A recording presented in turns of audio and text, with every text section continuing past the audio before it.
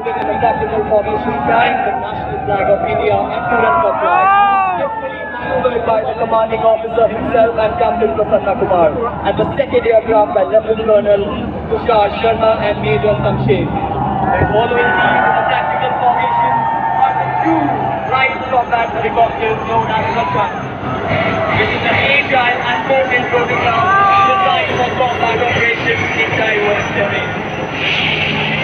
Led by Lieutenant Colonel Ravi Devan and Major Ravinder, and the second one by Lieutenant Colonel Tushar Sharma and Major Samshed.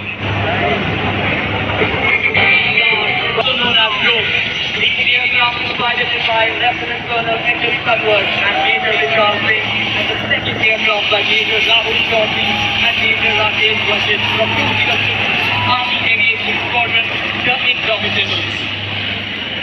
The Army Aviation Corps has been an integral